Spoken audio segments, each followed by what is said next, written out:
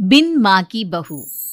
साक्षी के पैदा होते ही उसकी माँ गुजर जाती है, जिसके बाद उसके पिता आलोकनाथ अकेले ही उसका पालन पोषण करते हैं। 16 साल की उम्र से ही साक्षी ने घर चलाने के लिए नौकरी शुरू कर दी थी। बेटी से बढ़कर एक बेटे की तरह वो अपने पिता को कंधे से कंधा मिलाकर काम में हाथ बटाती रहती है। साक्षी, मेरे होते हुए तुझे नौकरी करने की कोई जरूरत नहीं है। तेरे हर शौक पूरे करने के लिए मैं अभी जिंदा हूँ। और आपकी शौक का क्या पापा? आपके भी तो कुछ शौक होंगे ना, मुझे वही सब पूरे करने हैं। मेरे शौक का क्या बेटा, मैं तो बूढ़ा हो चुका हूँ। मेरे शौक तो तेरी माँ के साथ ही कब के मर चुके हैं। अब तो सिर्फ एक ही सपना है मेरा कि जल्दी से किसी अच्छे लड़के को देखकर तेरी शादी करा दूं। क्या पापा, आपकी हर बात मेरी शादी पर आकर ही क्यों अटक जाती है? अगर मैं चली गई तो आपका ख्याल कौन रखेगा?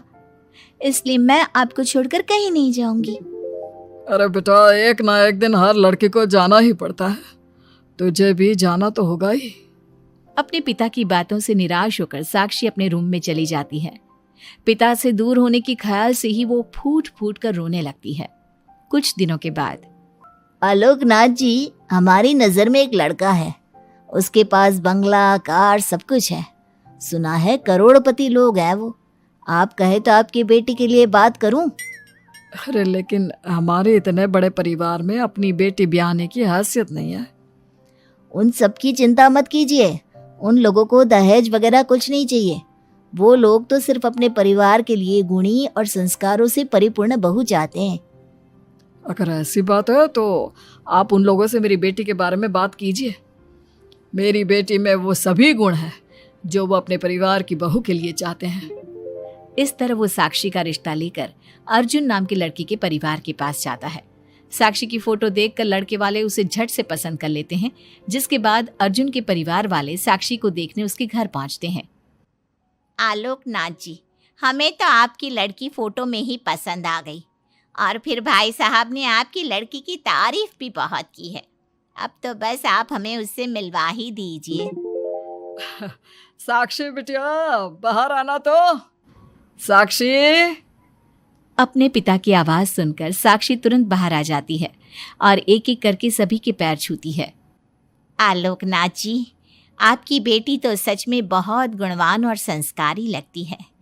बिटिया, क्या क्या शौक है तुम्हारे? पापा, और अपनी ज़रूरतें पूरी करने के अलावा मेरे और कोई शौक नहीं है। आपने अपनी लड़की को सच में बहुत अच्छे संस्कार दिए हैं भाई साहब। इसे अपने घर की बहू बनाना तो हमारे लिए सौभाग्य की बात होगी। इस तरह सबकी राजी खुशी से अर्जुन और साक्षी की शादी भी हो जाती है।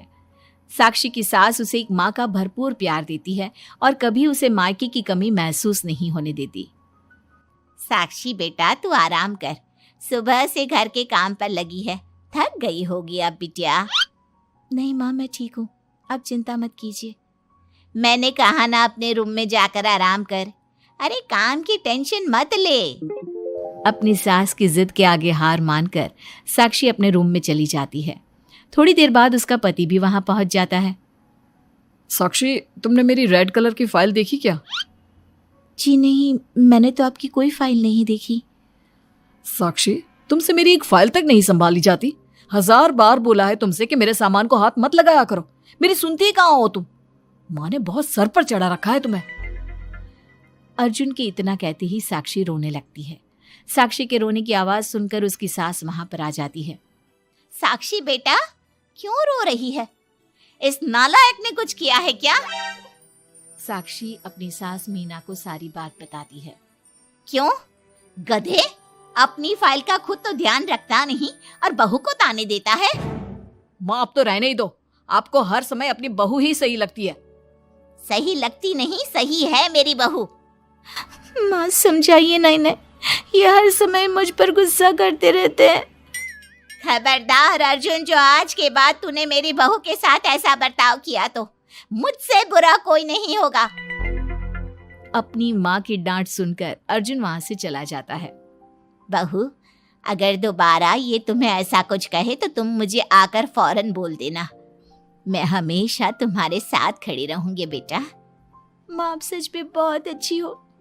मुझे बचपन से लेकर आज तक कभी एक माँ का प्यार नहीं मिला, लेकिन जब से आप मुझे मिली हैं तब से मुझे माँ की कमी कभी महसूस नहीं हुई। अरे पगली, मैं भी तो तेरी माँ ही हूँ, और मेरे होते हुए अब तुझे कभी अपनी माँ की कमी महसूस नहीं होगी। एक दिन, साक्षी, अब मैं तंग आ चुका हूँ तुमसे। भगवान के लिए मुझसे दूर रहा करो। अब मुझे ना चिढ़ होने लगी है तुमसे। अर्जुन, ये क्या तरीका है अपनी पत्नी से बात करने का? माँ प्लीज, आप रोज रोज इसकी पैरवी करने मत आया कीजिए। अरे क्या हुआ, सुबह सुबह तमाशा क्यों लगा रखा है? पापा, आपको पता है इस साक्षी की वजह से मेरा लैपटॉप खराब हो गया है। ऑफिस का पूरा डाटा इसी में था, और देखिए ना, इसने उसमें चाय गिरा दी। अब मैं अपने बॉस को क्या जवाब दूंगा? माँ मेरा यकीन कीजिए, मैंने जानबूझकर चाय नहीं गिराई। मैं तो इन्हें दे रही थी चाय, लेकिन इन्होंने ही ठीक से नहीं पकड़ी। अच्छा, तब इसमें भी मेरी ही गलती है। वाह साक्षी वाह। अर्जुन, तू बहू पर इतना क्यों भड़क रहा है? अब जो हो गया सो हो गया। सुन लेना ऑफिस में थोड़ी सी डांट। अब अपनी बीवी के लिए इतना तो कर ही सकता है ना तू। मैं आपके लिए दूसरा लैपटॉप ले आऊंगी, आप परेशान मत होइए। कोई जरूरत नहीं है उसकी, मैं खुद ले लूंगा। मेहरबानी करके अब मेरे सामान से दूर रहना। इतना कहकर अर्जुन वहां से चला जाता है, जिसके बाद साक्षी फूट फूट कर रोने लगती है। चुप हो जा बेटा, उसकी बातों का बुरा मत माना कर। अरे वो तो पागल है। मीना के इतना कहते ही साक्षी उसे कसकर गले लगा लेती है। माँ, आप नहीं होती तो मेरा क्या होता? मैं बहुत भाग्यशाली हूँ जो भगवान ने मुझे सास के रूप में मेरी माँ लौटा दी है। बेटा, जीवन में ये सब चलता ही रहता है, ऐसी बातों को दिल पर नहीं लगाना चाहिए। चल अब अपने आंसू पोंछ और मेरे साथ काम में हाथ बटा। इतना बोलते ही मीना रसोई की तरफ चल देती है। साक्षी भी अपनी सास के पीछे चल देती है और सभी बातों को भूलते हुए खुशी खुशी काम पर लग जाती है। मन ही मन साक्षी अपनी सास को हर जन्म में अपनी माँ के रूप में मांगने के लिए भगवान से प्रार्थना करती रहती है। ऐसे ही दिन बीतते रहते हैं। मीना हर समय ढाल बनकर अपनी बहू के लिए खड़ी रहती। तभी एक दिन पड़ोसी, मीना, तूने अपने बेटे के लिए यह कैसी बहू चुनी है जिसकी माँ उसके पैदा होते ही गुजर गई? अरे ये तो कुलक्षणी है। ऐसों के घर का तो पानी भी नहीं पीना चाहिए, और तूने उस घर से लड़की चुन ली। ये सब फालतू बातें हैं, ऐसा कुछ नहीं होता। मीना, तूने उस बिन माँ की बहू को बहुत सर पर चढ़ा कर रखा है। अभी भी वक्त है, संभाल ले उसे। कहीं ऐसा ना हो कि तेरे हाथों से फिसल जाए तेरी बहू। ये तुम लोग क्या बोल रही हो? मेरी बहू बाकी बहू जैसी नहीं है, वो तो कोहिनूर से भी कीमती है मेरे लिए। हमारा काम था तुझे समझाना। बहू को कभी भी बेटे से बढ़कर प्यार नहीं देना चाहिए, वरना उन्हें बिगड़ते देर नहीं लगती। और यहाँ तो तेरी बहू बिन माँ के पली बड़ी है।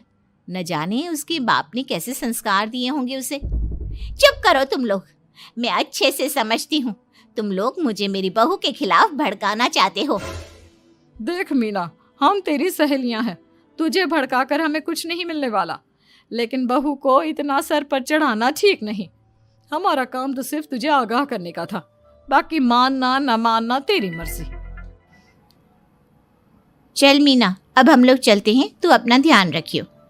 इतना बोलकर सभी लोग वहां से चले जाते हैं, जिसके बाद मीना घंटों तक सोच में डूब जाती है और अपने बहू के प्रति इतनी सारी बातें सुनकर कहीं ना कहीं उसके मन में भी साक्षी के लिए हीन भावना जन्म लेती है। तभी वहां पर साक्षी भी आ जाती है। माँ जी, ये लीजिए चाय। रख दे और जा। क्या हुआ माँ जी, आप कुछ उखड़ी उखड़ी सी लग रही हैं। कहाँ ना जाए यहाँ से, एक बार में तुझे सुनाई नहीं देता क्या? अपनी सास का बदला सा व्यवहार देख साक्षी तुरंत वहां से चली जाती है। अगले दिन, बहू, बहू कहाँ चली गई? साक्षी! जी माँ जी। ये क्या, घर इतना गंदा कैसे हो रखा है? कभी हाथ पैर भी मार लिया कर इधर उधर, वैसे तो सारा दिन घर में नाचती रहती है। मैं अभी पूरा घर अच्छे से साफ कर देती हूँ माँ जी। एक हाथ में झाड़ू और दूसरे हाथ में बाल्टी लिए साक्षी चुपचाप घर के कामों में लग जाती है। शाम में, साक्षी, ऑफिस में मेरी कल बहुत जरूरी मीटिंग है, मेरे कुछ कपड़े प्रेस कर दो, मुझे कल जल्दी निकलना है। जी अभी कर देती हूँ। साक्षी अर्जुन के कपड़े प्रेस कर ही रही होती है, तभी उसके ससुर उसे आवाज लगा देते हैं, जिस पर वो भागते हुए उनके पास जाती है। और थोड़ी देर बाद जब रूम में आती है तो वो देखती है कि अर्जुन के कपड़े बुरी तरह से जल चुके थे। मैंने कहा था ना तुमसे कि कल ऑफिस के मीटिंग में मुझे यही कपड़े पहनने हैं, उसके बाद भी तुमने मेरे कपड़े जला दिए। मुझे माफ कर दीजिए, मुझसे गलती हो गई। ये कोई छोटी मोटी गलती नहीं है, समझ में आ रहा है तुम्हें? शोर की आवाज सुनकर अभय और मीना भी वहां पहुंच जाते हैं। क्या हुआ, तुम दोनों लड़ क्यों रहे हो? पापा देखिए ना, इसने मेरी नई शर्ट जला दी जो मैं कल मीटिंग में पहनने वाला था। बेटा उसे मैंने ही आवाज दी थी, इसलिए वो शायद जल्दबाजी में प्रेस का बटन बंद करना भूल गई होगी। पापा अब आप भी माँ की तरह इसका साथ दे रहे हैं। अर्जुन, इस बार तू सही है और बहू गलत। आखिर वो इतनी लापरवाह हो कैसे सकती है? माँ जी प्लीज मुझे माफ कर दीजिए। अब तुम्हारी सजा ये है कि अभी और इसी वक्त तुम मेरे बेटे के लिए हूबहू ऐसी ही शर्ट ढूंढ कर ले आओ। जाओ। तुम्हारा दिमाग खराब हो गया है क्या? इस समय कहाँ जाएगी हमारी बहू? और अब तो सारी दुकानें भी बंद होने वाली होंगी। अगर दुकानें बंद हो भी गई होंगी तो उसे खुलवाकर मेरे बेटे के लिए शर्ट लेकर आओ। माँ रहने दीजिए, इन सब की कोई जरूरत नहीं है। पापा ठीक कह रहे हैं, इस समय कहाँ जाएगी ये? मैं कोई दूसरा शर्ट पहन लेता हूँ। मैंने जो कह दिया सो कह दिया।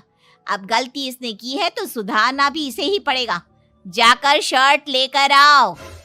मीना की बातें सुनकर साक्षी रोते हुए वहां से चली जाती है और रात के 10 बजे तक पति के लिए दुकानों पर जाकर कपड़े ढूंढती रहती है। थक हार कर करीब 12 बजे साक्षी कपड़े लेकर घर पहुंचती है। अर्जुन की ऑफिस के मीटिंग के लिए तुम्हें हूबहू वैसे ही कपड़े मिले या नहीं? ये रहे कपड़े मम्मी जी।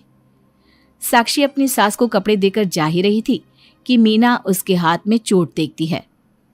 ये चोट कैसे लगी तुझे? पता नहीं, जल्दबाजी में शायद किसी चीज से लग गई होगी। इतनी बड़ी हो गई हो, अब अपना ध्यान रखना कब सीखोगी? आप तो जानती ही हैं माँ, मैं बिन माँ की पली बड़ी हूँ। माँ के ना होने के कारण मेरे सर पर इतनी जिम्मेदारियां थी जिन्हें निभाते निभाते मैं खुद का ख्याल रखना ही भूल गई। लेकिन आप जानती हैं माँ, मुझे अब भगवान से कोई गिले शिकवे नहीं है, क्योंकि भले ही उन्होंने मुझसे एक माँ छीनी है, लेकिन उन्होंने आपको मुझे दिया है और अब आप ही मेरी माँ हैं। इतना कहकर साक्षी माँ से चली जाती है। साक्षी की बातों को सुनकर मीना को भी अपने कहे और अपनी गलतियों पर पछतावा होने लगता है, इसलिए वो बिना खाए पिए ही सो जाती है। अगले दिन, माँ जी कल का सारा खाना तो ऐसे ही पड़ा है, आपने अच्छे से खाना नहीं खाया था क्या? मुझे भूख नहीं थी कल। साक्षी अपनी सास के दर्द को समझ जाती है और उसका हाथ पकड़ते हुए कहती है, चलिए माँ जी, मैंने आपके लिए आपकी फेवरेट छोले भटूरे बनाए हैं। आपने कल रात से कुछ नहीं खाया था ना, इसलिए सुबह उठते ही मैंने पहले आपके लिए खाना बनाया है। खाना तो तूने भी नहीं खाया होगा ना, चल जाकर पहले तू खा ले। माँ जी क्या हम साथ बैठकर खाना नहीं खा सकते प्लीज? बहुत दिन हो गए हैं। साक्षी के इस तरह बोलने से मीना का दिल पिघल जाता है और वो मान जाती है। साक्षी मीना के लिए खाना लगाती है, जिसका पहला निवाला मीना अपनी बहू को खिलाती है। मुझे माफ कर दे बेटा, मैं जानती हूँ पिछले कुछ दिनों से मैंने तुझे बहुत चोट पहुँचाई है, हो सके तो मुझे माफ कर देना। नहीं नहीं माँ जी, आपका पूरा हक है मुझे डांटने का। मुझे आपकी किसी भी बात का कभी बुरा नहीं लगा। अपनी सहेलियों की बातों में आकर मैंने अपने दिल में तेरे लिए नफरत पाल ली थी, लेकिन कल जब तुझे रोते बिलखते देखा तो मेरी ममता फिर से लौट आई। मुझे माफ कर दे बेटा, मैं एक अच्छी सास नहीं बन सकी। किसने कहा आपसे कि आप अच्छी सास नहीं हैं? आप तो वर्ल्ड की बेस्ट सास हो, और सच कहूं उससे भी बढ़कर बेस्ट बेस्ट बेस्ट बेस्ट मेरी माँ हो आप।